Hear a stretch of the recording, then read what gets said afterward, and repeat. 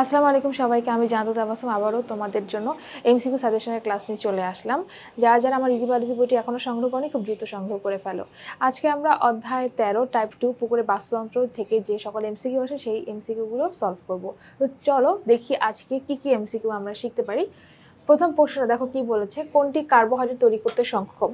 Carbohydrate মানে হচ্ছে কি শর্করা, অর্থাৎ কোনটা খাদ্য তৈরি করতে সক্ষম? ফাইটোপ্ল্যাঙ্কটন, রাইজোবিয়াম, মাশরুম নাকি ঘাসফড়িং?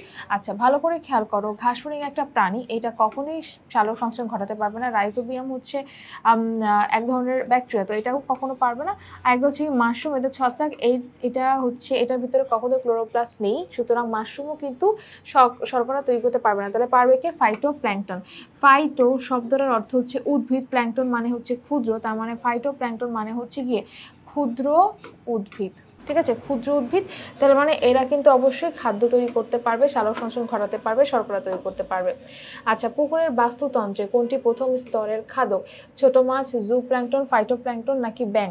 অ্যান্সার হচ্ছে গিয়ে জু প্ল্যাঙ্কটন। কি বললাম অ্যান্সার হচ্ছে গিয়ে জু প্ল্যাঙ্কটন।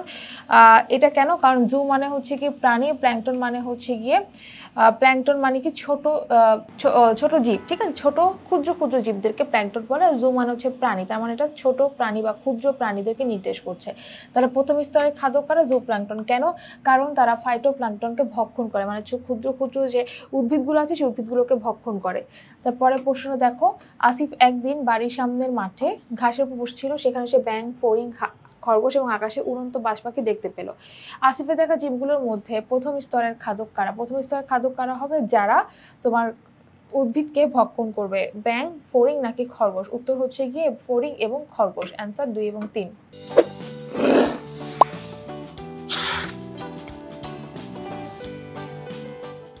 পুকুরের বাস্তুতন্ত্রে ব্যাঙ কোন স্তরের অন্তর্ভুক্ত? উৎপাদক, প্রথম, দ্বিতীয় এবং হচ্ছে কি তৃতীয়। অ্যান্সার কি হবে? অ্যান্সার হচ্ছে কি তৃতীয়।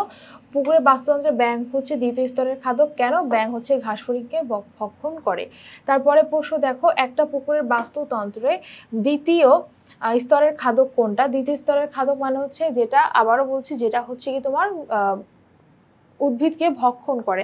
তাহলে এখানে কোনটা উদ্ভিদকে ভক্ষণ করছে? পুকুরের বাস্তুতন্ত্রের দ্বিতীয় স্তরের খাদক হচ্ছে কি হবে ব্যাঙ। কেন? কারণ সেটা হচ্ছে ঘাসফড়িংকে ভক্ষণ করে। তারপরে প্রশ্নটা দেখো, উদ্দীপকের কোন জীবটা তৃতীয় স্তরের খাদক? এখানে দেখো ঘাস আছে, ফড়িং আছে, ব্যাঙ আছে, সাপ আছে আর ঈগল আছে। ঠিক আছে, আচ্ছা উদ্দীপকের কোন জীবটা তৃতীয় স্তরের খাদক হবে? ঘাস, ফড়িং নাকি ব্যাঙ? ঘাস হচ্ছে গিয়ে সবুজ উদ্ভিদ, এটা হচ্ছে প্রথম স্তরের খাদক, দ্বিতীয় স্তরের খাদক, তৃতীয় স্তরের খাদক। তাহলে অ্যান্সারটা কি হচ্ছে? তৃতীয় স্তরের খাদক সাপ।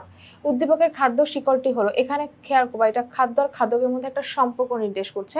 তাহলে ঘাসকে খায় হচ্ছে ফড়িং, ফড়িংকে খায় ব্যাঙ, ব্যাঙকে খায় সাপ, সাপকে খায় হচ্ছে ঈগল। তাহলে উদ্দীপকের খাদ্য শিকলটি হবে শিকারজীবী, মানে শিকার করছে সেটাকে বলে। তাহলে এটা হচ্ছে শিকারজীবী খাদ্য শিকলকে নির্দেশ করে। ঠিক আছে, কীটনাশক ব্যবহারের ফলে কোন স্তরের খাদক ক্ষতিগ্রস্ত হয়?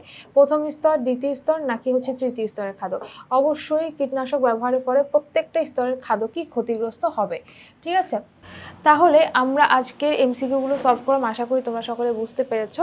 আর নেক্সট ক্লাসের জন্য সবাইকে আমন্ত্রণ জানিয়ে আমি হচ্ছে এখানে বিদায় জানাচ্ছি। সবাই তাহলে ভালো থাকো, সুস্থ থাকো। আল্লাহ হাফেজ সবাইকে।